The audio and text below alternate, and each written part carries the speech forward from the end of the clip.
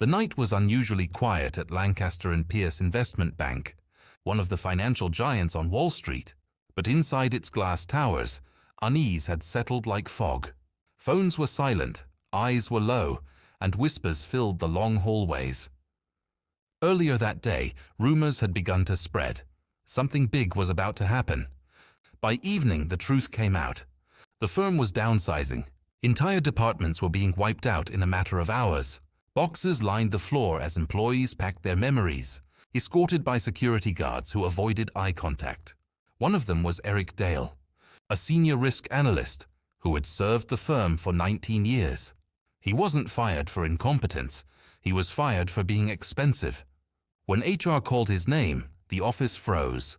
Eric gathered his things quietly, but his eyes carried the weight of betrayal. As he walked toward the elevator, his young associate, Peter Sullivan, rushed over. "You taught me everything I know," Peter said softly. Eric gave him a faint smile, then handed him a small flash drive. "Be careful with this. Finish what I started, and be smart about it." Without another word, Eric was gone. The moment the elevator doors closed, Peter knew something wasn't right. Eric wasn't the kind of man to act impulsively. Whatever was on that drive, it mattered. Later that night, when the office had emptied out, Peter stayed behind. The city lights, from the 42nd floor, painted golden reflections on the glass walls as he opened the file. At first, it looked like just another model, spreadsheets, projections and equations. But as he dug deeper, his heart began to race. The firm's entire portfolio of mortgage-backed securities was leveraged far beyond safety limits. If the market dipped even slightly, the losses would exceed the company's total value. He took off his glasses, staring blankly at the screen. The numbers didn't lie. The firm wasn't just in trouble. It was sitting on a financial time bomb that could detonate within hours. Peter called his colleague Seth Bregman to double-check the data. Together they recalculated, hoping for an error. There was none. "This can't be right," Seth whispered. "If this is true, we're finished." At 11:47 p.m., Peter sent a message to his immediate boss, Will Emerson. "Urgent. Need you at the office. Now." Minutes later, Will stormed into the trading floor, still in his tux from a charity dinner. "What the hell's going on?" he demanded. Peter showed him the screen, the projections, the leverage ratios, all pointing to disaster. Will's confident expression faded into disbelief. This could take down the entire firm," Will muttered. Peter nodded. "Not just the firm, sir. The whole system." The city outside glowed with its usual arrogance. Bright lights, endless wealth, people who thought tomorrow was guaranteed. But inside that office, 3 men had just realized that tomorrow might never come. The elevator doors opened to the top floor of Lancaster and Pierce. It was nearly 1 a.m., yet the lights were blazing. A handful of senior executives had been called back urgently. No one knew why, but the tension in the air spoke louder than any email. Will Emerson led Peter Sullivan and Seth Bregman into the sleek, glass-walled conference room. Inside, Sam Rogers, the veteran head of trading, sat quietly nursing a cup of black coffee. Sam was the kind of man who'd seen it all: booms, crashes, and corporate betrayals. But something about Will's face told him this wasn't just another bad quarter. "What is it?" Sam asked, setting down his cup. Will didn't answer right away. He plugged Peter's laptop into the big screen. Rows of red numbers flashed across the display. Charts, ratios, projections. "Eric Dale's model," Will said. Peter ran the numbers after Dale was let go. "This is what he found." Sam leaned forward, his brow furrowed. "And what exactly am I looking at?" Peter swallowed hard. "If our current mortgage-backed assets drop just 7% in value, our firm's losses will exceed our entire market capitalization. We're effectively insolvent." Silence fell like a hammer. Seth tried to break it. "We rechecked everything. It's not a glitch, sir. The math's solid." Sam sat back, exhaling slowly. Jesus Christ. For a moment, no one moved. Outside the window, the city's skyline shimmered. So calm, so unaware. Sam knew what this meant. Within hours, Markets could collapse, reputations would burn, and jobs, thousands of them, would vanish. He stood, ran a hand through his hair, and said, "Call Jared Cohen. He'll want to see this." Within 30 minutes, Jared Cohen, the division head known for his cutthroat efficiency, arrived. He didn't waste time on greetings. "All right, gentlemen, what's the emergency?" Will gestured toward the screen. Peter explained again, walking Jared through the data. At first, Jared's smirk held, but as the figures stacked up, it slowly faded.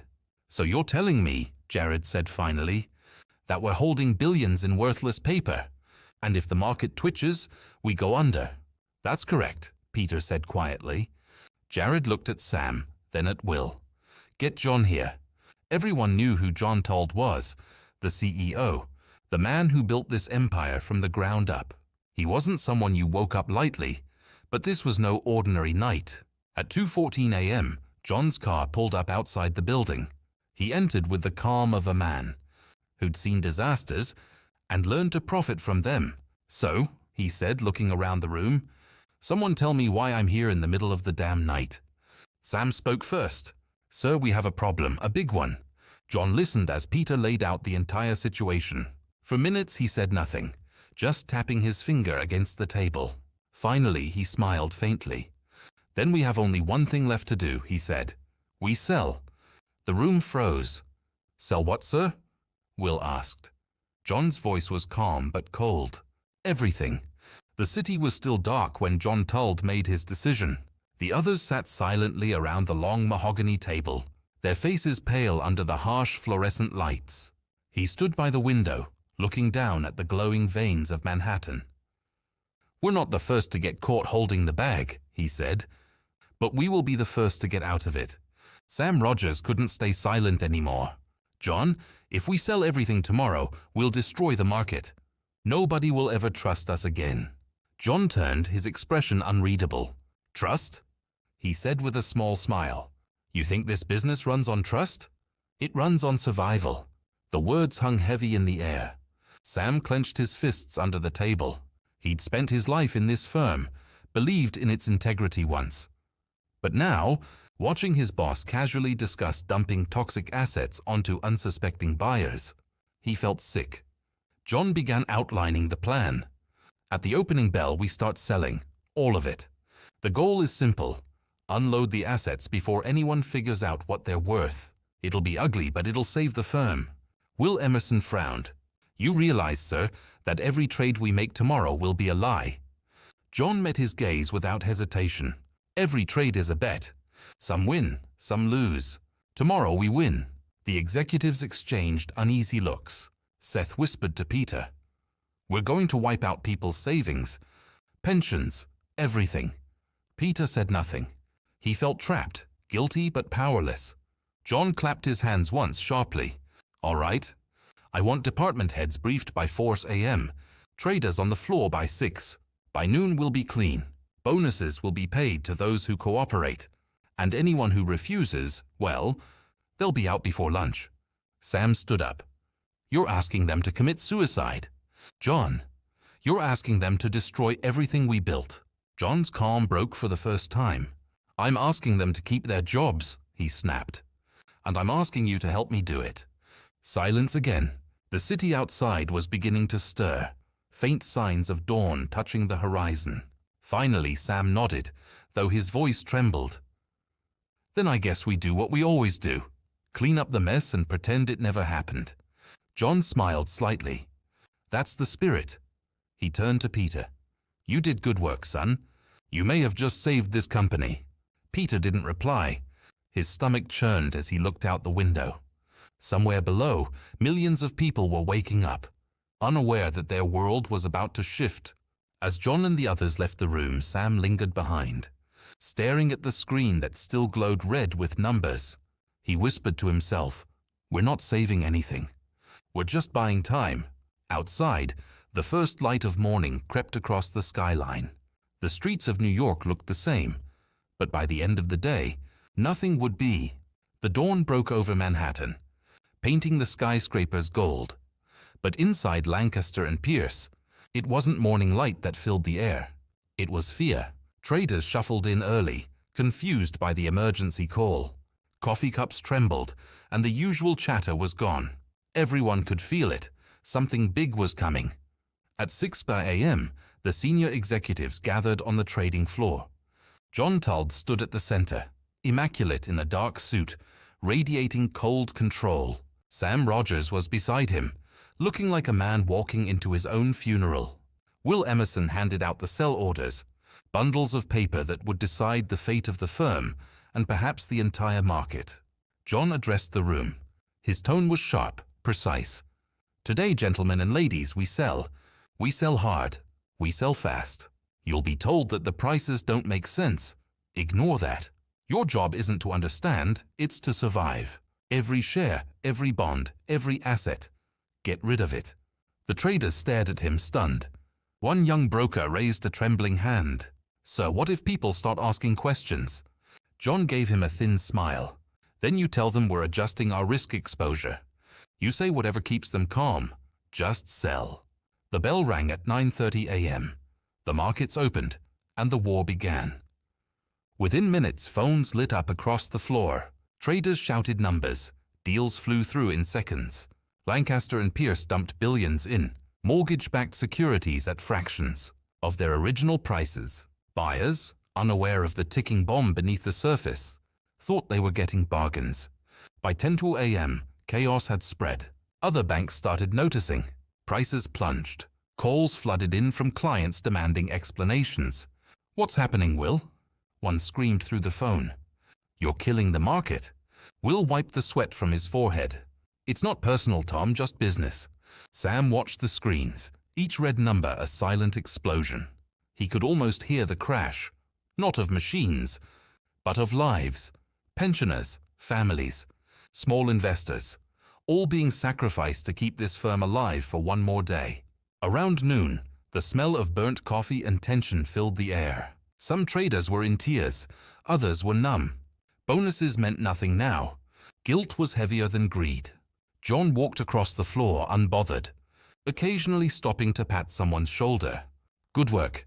Keep going. Just a few more hours." By 3 p.m., the firm had offloaded nearly everything. Billions lost, reputations shredded. But Lancaster and Pierce would survive. Barely. When the final bell rang, the trading floor was silent.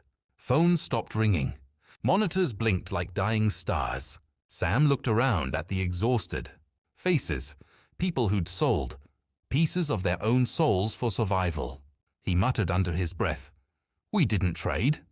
We betrayed." Peter sat at his desk, staring blankly at his screen. He'd done what they asked. The company would live, but a part of him had died with every click of the mouse.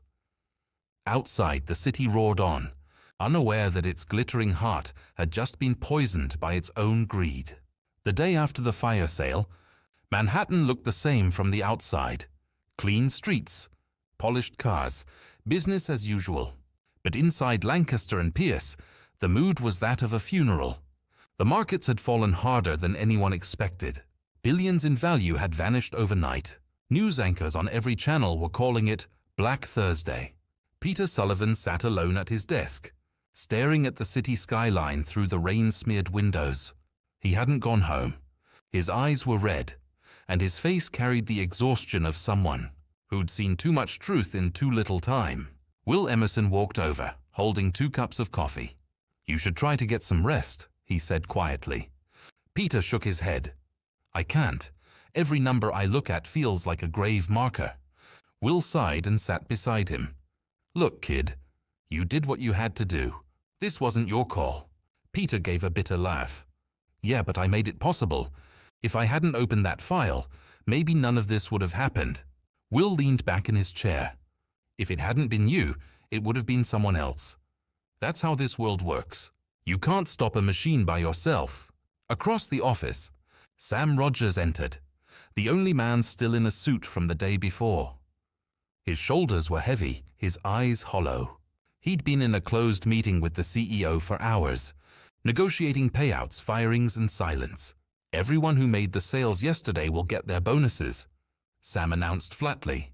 "Everyone else, well, you'll be hearing from HR. No one cheered. The room was silent. Peter stood. Bonuses? After what we just did? Sam's jaw tightened. It's how they keep people quiet. He turned toward the window, watching the storm outside. Do you know what John told me? He said the firm will survive, and that's what matters. But I keep thinking, if surviving means killing everything decent left in us, maybe we don't deserve to. Will looked down, unable to argue. He'd spent years chasing success, believing that loyalty to the company meant something. But now, loyalty just felt like guilt with a paycheck. By evening, news vans lined the street outside. Reporters waited for a statement, but none came. The firm's PR department issued a short press release. Lancaster and Pierce confirms a realignment of its mortgage exposure. Operations remain strong and stable. A lie wrapped in corporate polish. As night fell, Sam left the building and drove to the suburbs, to his ex-wife's house, where his dog was buried. He carried a small shovel in his trunk. The rain soaked through his coat as he dug, muttering, "I'm sorry, old friend." He wasn't just burying guilt. He was burying a part of himself that once believed in right and wrong. Back in the city, Peter looked out over Wall Street, the empire that ran on power, greed and denial. For the first time, he wondered if the real collapse wasn't in the market, but in the people who built it. Morning sunlight filtered weakly through the blinds of Lancaster and Pierce, but there was no warmth in it. The entire firm was on edge. Overnight news networks had gone into frenzy. Wall Street firm triggers massive sell-off. The headlines screamed. Talk shows speculated. Politicians raged, and analysts demanded answers. In the boardroom, John Tuld sat at the head of the table, surrounded by his top brass. Every face around him carried the same look, fear hidden behind expensive suits. "Damage control," John said calmly, tapping his pen on the table. "We need a statement that keeps us in control of the narrative." Jared Cohen leaned forward. "Sir, people are calling this economic sabotage. They want names." John smirked. "Then give them a few. Mid-level fall guys. Make sure it looks like we've taken accountability. Fire whoever you have to. Just keep my name off that list." Will Emerson, standing in the corner, looked disgusted. "So we ruin people's lives again? This time to protect ourselves?" John turned his eyes on him. "Will, this is not Sunday school. It's Wall Street. You can be moral or you can be rich. You can't be both." The room went silent. Meanwhile, Sam Rogers met privately with the firm's legal counsel. Regulators had begun sniffing around, and subpoenas were being drafted. Sam knew the investigation wouldn't fix anything. It would just shift blame around until everyone forgot. He lit a cigarette, something he hadn't done in 10 years. "You know," he said softly, "we used to make money by earning it. Now we just steal it better than the next guy." The lawyer didn't respond. He'd heard it all before. Back on the trading floor, whispers spread like wildfire. Traders were nervous. Reporters were calling. Some employees were deleting files, others updating resumes. Fear had become the new currency. Peter Sullivan sat in the cafeteria, staring at a TV showing the firm's logo under the words, "Under investigation." He'd been avoiding the news, but now he couldn't look away. A female trader sat beside him. "You think they'll take us down?" she asked. Peter hesitated. "They'll take someone down, probably not the ones who deserve it." That evening, the company released an official statement. Lancaster and Pierce remains financial sound. Recent events reflect necessary adjustments in a volatile market. The firm continues to act in the best interest of its clients. Outside, protesters gathered near Wall Street, holding signs that read, "Greed kills," and "We are the 99%, police." Blocked the entrances as chants echoed through the canyons of glass and steel. Sam watched from the top-floor window. He could see the crowd growing, real people, angry, scared, demanding justice. For a moment he envied them. They still believed justice meant something. He turned away, whispering, "They're not wrong. We just learned to live without guilt." That night, as the firm's lights dimmed one by one, the city looked peaceful again. But inside, everyone knew the reckoning had only begun. And this time, even the survivors wouldn't walk away clean. Days turned into weeks, but the storm never really passed. The headlines quieted, the markets began to recover, and the government moved on to its next scandal. On paper, Lancaster and Pierce had survived. In reality, it was a ghost of what it used to be, a fortress of steel now hollow with guilt. Inside the firm, the atmosphere was suffocating. The chatter on the trading floor had been replaced by whispers, the jokes by silence. Everyone had made money, yet no one felt rich anymore. Peter Sullivan came in early every day, not out of ambition, but out of habit.